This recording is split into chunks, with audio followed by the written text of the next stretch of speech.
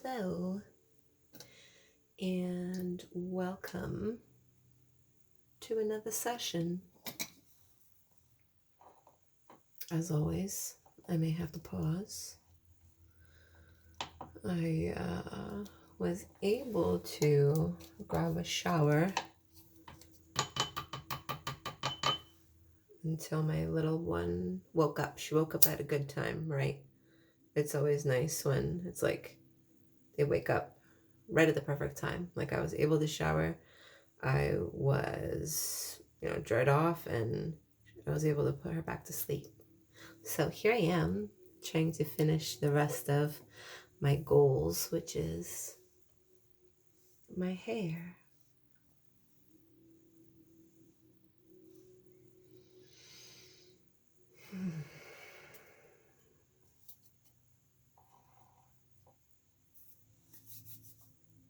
So I hope anyone who's watching, wishing you well. I haven't shared my channel with anyone yet up to this point, except my partner. But I'm planning to share soon. And, well, let's just get on with it, huh? So if you follow along then up till this point, you'll know, things have been kind of rocky a little bit for me. Organic coconut oil, by the way. My body loves it. Like, my skin feels so happy when I use coconut oil. Organic coconut oil, unrefined, cold pressed. Does the job. But yeah, I have been struggling. And my idea, what I'm thinking is that I'm going to write like a very detailed system, like to follow, for myself or to share for anyone else who is in this place of, suffering and, like needing to rebuild foundationally, like, they're at the foundation and crumbles of who they are, what's going on, and, needing to rebuild. Because not essentially, that's where I've been. My mental health struggles have been real. After going through a lot of life changes and upheaval and processing and healing trauma, you have to rebuild your identity. And, some of the things that, that you've practiced before or that worked before no longer work. And you have to get to know yourself again. And the first thing that I noticed, of course, was that my mindset was shit. And I'm so very, very thankful for that click and that message of mindset. And it all clicked for me when my daughter brought home a paper from school. And it had things to do with like the kids glued on a piece of paper of like what were things that were like growth mindset, and what are thoughts or things that like lead us to feel negative. And so right away I was like, damn, I'm struggling more with my mindset than I thought. And so this was meeting a new layer of myself. And it's just, it's so tough navigating in the dark. Shea Moisture, coconut and hibiscus, frizz-free curl mousse with silk protein and neem oil. That's what I got, in case you care. Light mousse. Doesn't sit too heavy on the hair.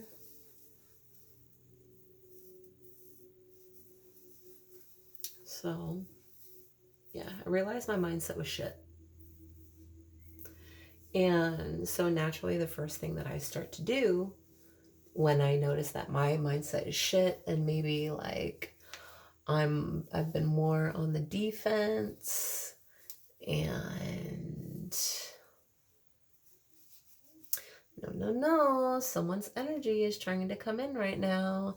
They want to have priority. No, you're not going to do that. This is my time. My time. Back up.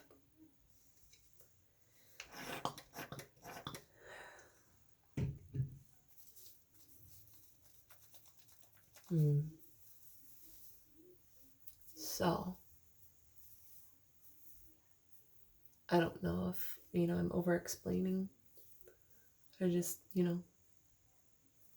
want others to identify and feel valid too in their experience. But, bad mindset, just, not liking my day-to-day experience at all, having meltdowns, just not a-okay. And so, what I found, this is making sense. My energy is trying to be so disruptive. Yeah. I'm going to jump right in. Okay. I'm trying to talk more about God. I'm trying to work my way there, but I'm noticing as I'm working my way there are some specific and non-specific energies that are trying to trip me up. And this shit is crazy. So the more that I've been trying to silence my mind, back away from distractions, back away from social media, back away from other people, and working on my mindset and what I'm thinking. And, that takes a whole lot of energy. That takes a whole lot of self-discipline, accountability, being on top of yourself. And naturally, what I'm noticing as I'm doing this and making it a priority, my connection and relationship to God has opened up exponentially from where it was before. You have no idea what I'm picking up right on.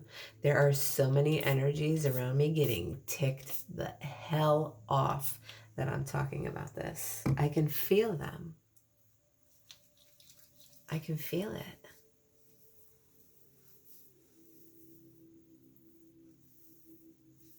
This other stuff I'm just putting in my hair.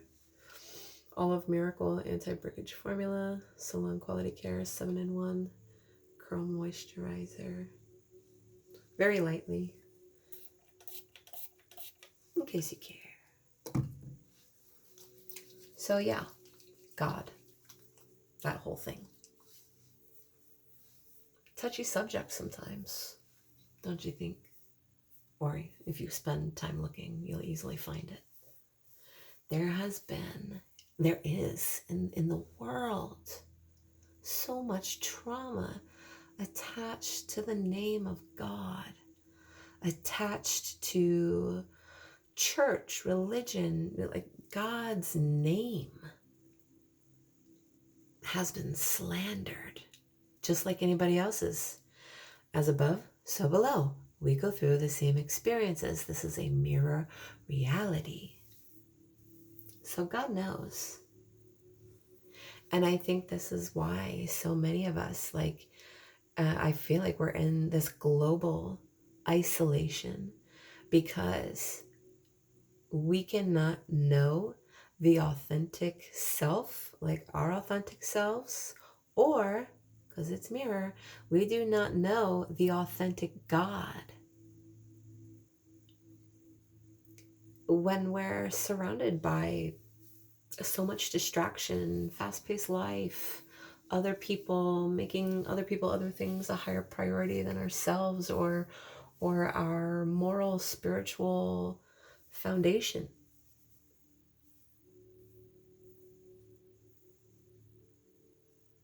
And change doesn't start big. It starts right here. Then as we heal, obviously, we come back into community. We integrate ourselves back into the community, where we are able to spread our love, our light, our hope, our strength, our belief, our faith, because others very badly need to borrow it. By the way, right now I'm channeling, more of doing channeling. This isn't really what I was planning to. I wasn't planning to talk in this way at all, but there's some clear messages that Spirit wanted to get out. The Holy Spirit. Thank you, Spirit.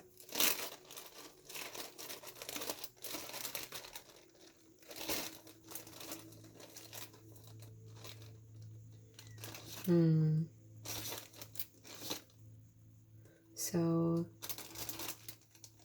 yeah, as I've been trying to get a hold of my mind and my heart, there's been some magical stuff happening.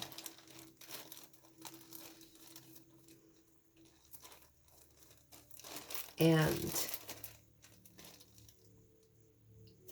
like, I've spent so much time questioning.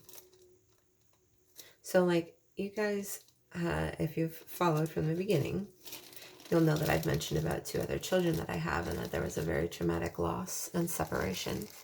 Well, this wasn't just loss of separation of my family, my home, my children, my job, my car, and all of the physical things. It was also my church. It was my identity in God.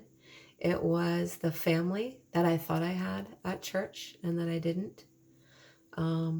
Because the abusive situation that I was in, the abusive family, the person I was with, it got so bad that it spilled over into church and into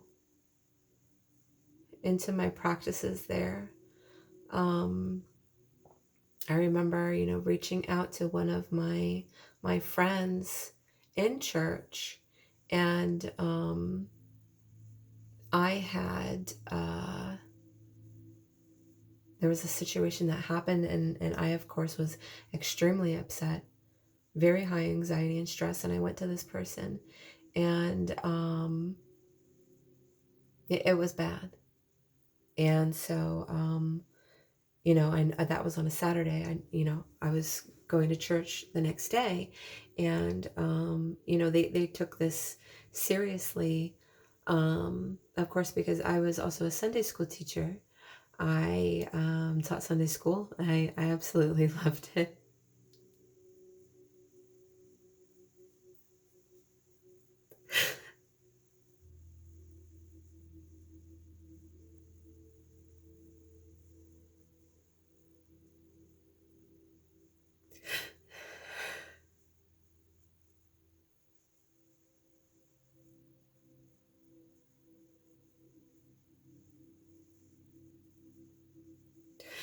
I'm not going to apologize for me pausing, because you always need to honor the pause. You need to honor that. And so I was a Sunday school teacher for years at this point. I went through having 2 children of my own and having them dedicated in the church. And I was also a part-time employee. I was paid and worked there in other childcare throughout the week for groups that met, because our church was a recovery church. And so after this incident happened and I confided in a friend through church, I was late to church the next day, and they called the police to have a wellness check on me to see if I was okay. And when I went to church then, I saw the normal security guards that traveled the mall all the time, because our church was it was smaller, but it was inside of a mall, the local mall, and the security guards that worked there for the mall, they were central. They were right there. They were looking and watching for my partner at the time, and were stationed there in case anything would happen. It was that day also that they told me that for safety reasons, I could no longer do Sunday school because they didn't know what my partner could be capable of.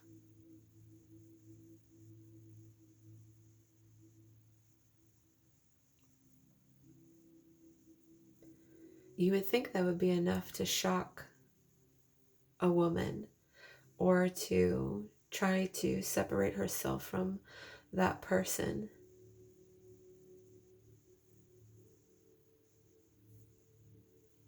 It didn't break me yet. You would have thought that I would have left when he cheated on me when I was 3 months pregnant, when I had gone away for a long weekend trip to visit my firstborn child.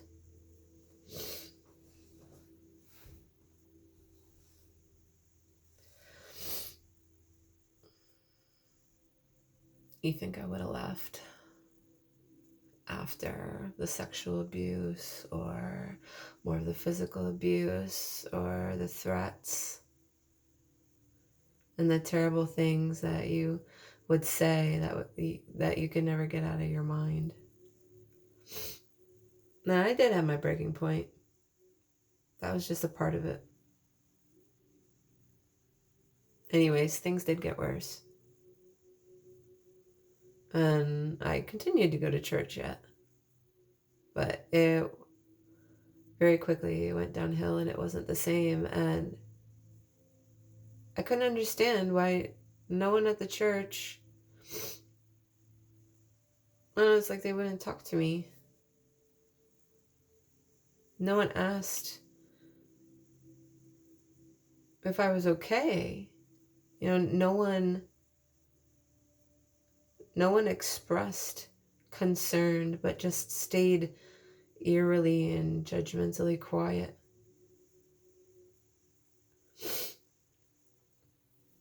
So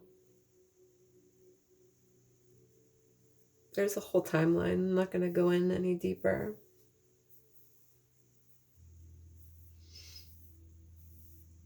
But as I was saying, it wasn't just, I lost everything that day. I lost everything. I lost my children. I lost my home. I lost my job. I lost my identity in God. It did help me to realize that my true and deepest faith was not in God. It was in the people of the church and the church itself. And so when they failed me, God failed me. But also, the amount of trauma I experienced, I was in an immature place where I could not understand that my life was being ripped away from me so that I could be saved and put somewhere else. To have that much amount of an upheaval. 1919, I saw on the timestamp. So, to have that much amount of upheaval, you're getting saved, all right. But to me, it wasn't like over the night, like, oh, I lost my home, I lost my children, I don't have a car, I can't get to work, I ended up not having a phone, no support from family, no support from church, no support from God.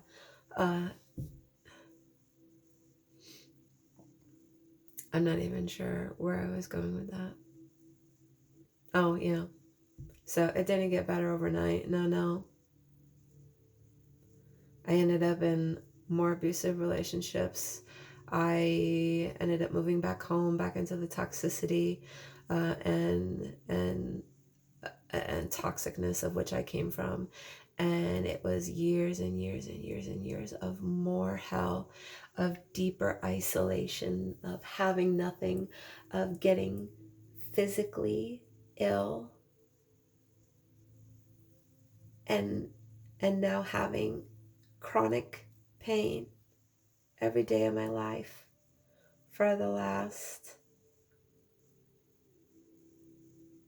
8 years, 7, 8 years. Like, this has been a fucking journey. Like, it has earned its journey badge, you know what I mean? And I am definitely also at a place where it's like, I want to retire my badge because I have gotten to know what suffering is plenty, and the struggle, and the blame, and the shame, and the guilt, and the self-imprisonment, and the mental illness, and wanting to die. I've played that game so much. And I've been on a spiritual journey enough and have learned enough of my lessons the hard way that at some point you will learn that you don't want to fuck around to find out anymore. You listen to Spirit, you listen to God the first time,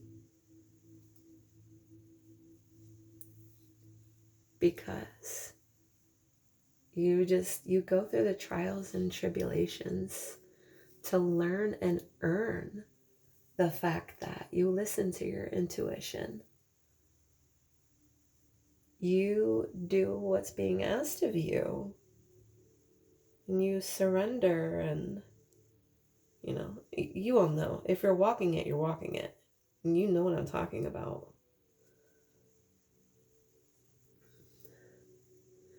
Yeah.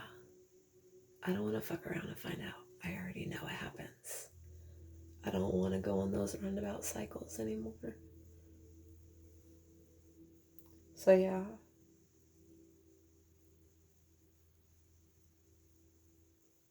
I know that there is an important thing. Oh yeah, I remember now.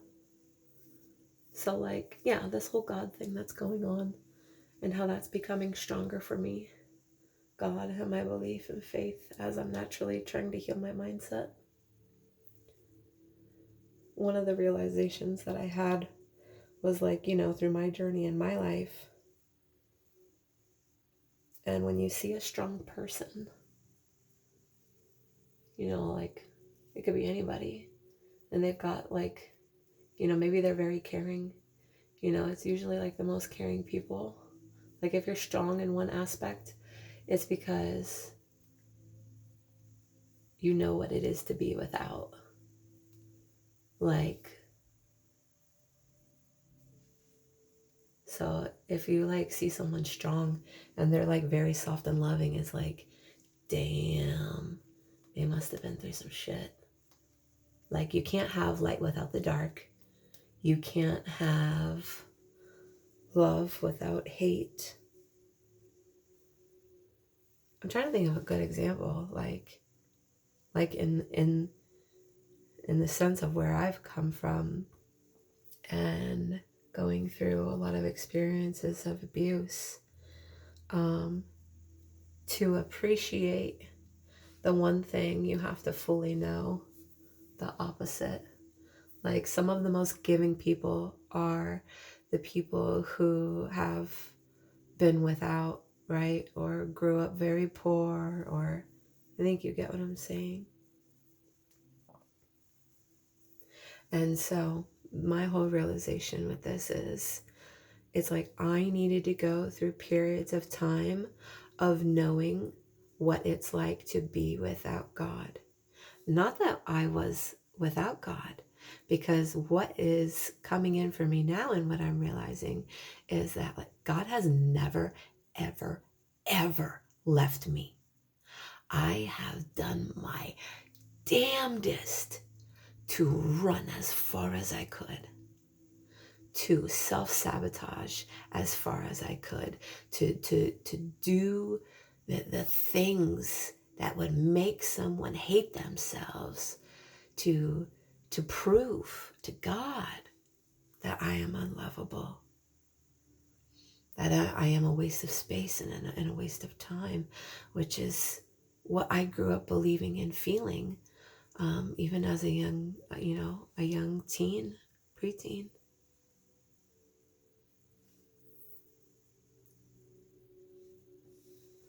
So sometimes you have to go,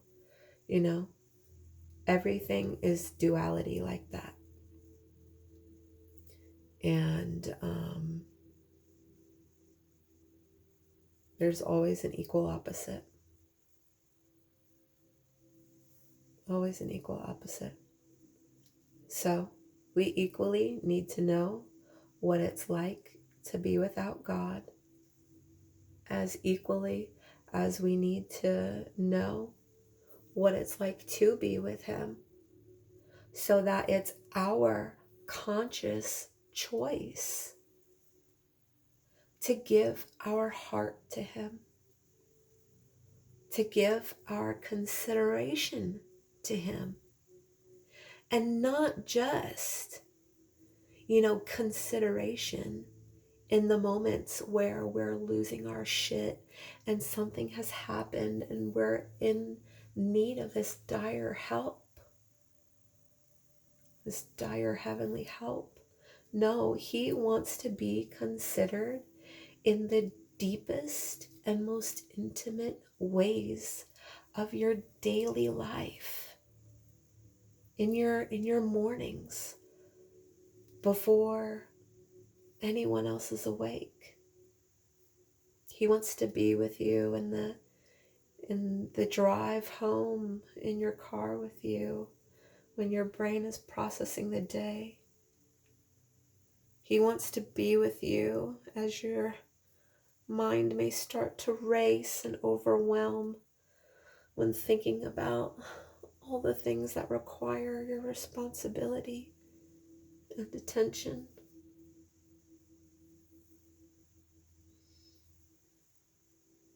And He wants to offer the peace and stillness that He holds, so that your perception can shift and you can experience something new, something different from His most highest perspective. Because how do we avoid negativity, overwhelm, stress, anxiety, drama? It's by flying above the fray, choosing different perspectives and thoughts, and maintaining, care of yourself and focus. And that's definitely where I'm at.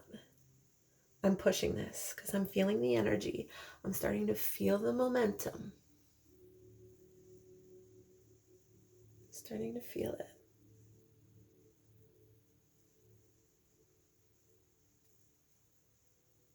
And I don't want to stop. Like, I know what happens if you stop. I know what happens if you stop and you start doubting and you're not leaning into that energy. So what I've also been practicing is, when I'm experiencing God, I'm being mindful and considerate of God. I am being conscious about letting my walls down and experiencing it to the highest extent that I can. And that is fucking magical. Like, why only half believe? Why hold back? Why not? Like, why? What's it gonna hurt? What's it gonna do for you to just try wholeheartedly? Let some time pass. It's easier when you have nothing to lose. That's for damn sure. So consider that. What do you have to lose? What do you have to lose?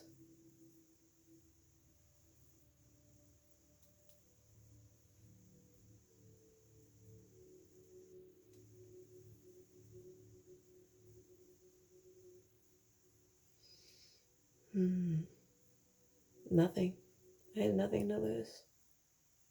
I have nothing to lose, and I have so much to gain.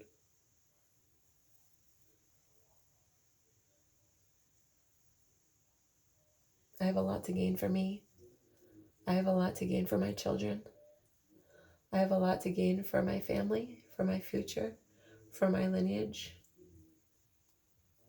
for the girl in me that suffered and fought so damn fucking much just to find a place in this world where I'm accepted, where I'm loved, where I'm not judged, where I'm not abused, where I'm considered.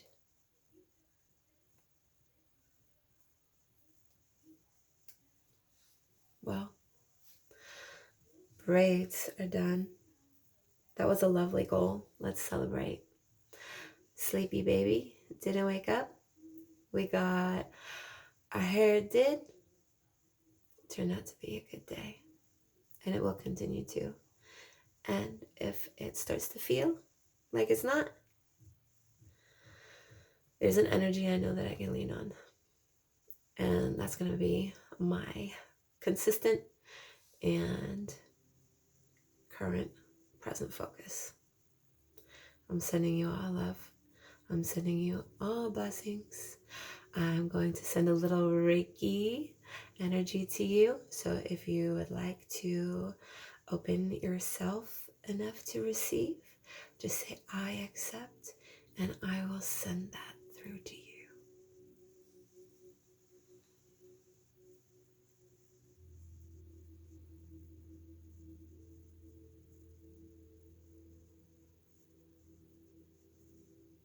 And a little something for your crown chakra.